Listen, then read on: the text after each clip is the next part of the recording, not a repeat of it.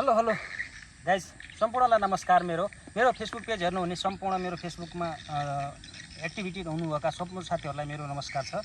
म आज तपाईँलाई एउटा राम्रो भिडियो लिएर आएको छु र यो हेर्नुहोस्, यहाँ यति ठुलो नदी छ। हाम्रो उतातिर नदीहरू ठुलै भेल बगेर भेल हिसाबले बग्ने गर्छ भने चाहिँ यहाँ भेल आउँदैन, समथल भएर, किनभनेपछि सबै जमिन बराबर भएको कारणले समथल भएर बग्छ। कति राम्रो मौसम छ, कति राम्रो सुन्दर वातावरण छ। एकछिनमै पानी आउँछ, माथि आकाशमा पनि बादल मडारिरहेको छ, यता चराहरू पनि मजाले चेचेचोचो गरिरहेछन्। कस्तो राम्रो वातावरण छ, एकदम शान्त मौसम छ। र यहाँ छुट्टी छ, चाडपर्वको छुट्टी भएको कारणले त्यसै छुट्टीको उसमा हामीहरू पनि यता घुम्न आएका हौँ र रमाइलो गर्न बस्न। र यतातिरको राम्रो चिल्ली हावा चलिरहेको छ, राम्रो मौसम छ, हल्का घाम पनि लागेको छ। यता तपाईँ देख्न सक्नुहुन्छ, पुरै यो समुद्रकै पानी हो, समुद्रमै जान्छ यो बगेर। यसलाई खोला भन्छन्, यस्तो छ हाम्रो यतातिरको खोला। र विदेशमा पनि बसेर हामीहरू रमाइरहेको छौँ। नेपालतिर चुनावको माहौल छ, चुनावको चहल पहल राम्रो छ र हामीहरू यता यस्तै छुट्टीमा आफ्नो यतातिर मनाइरहेछौँ।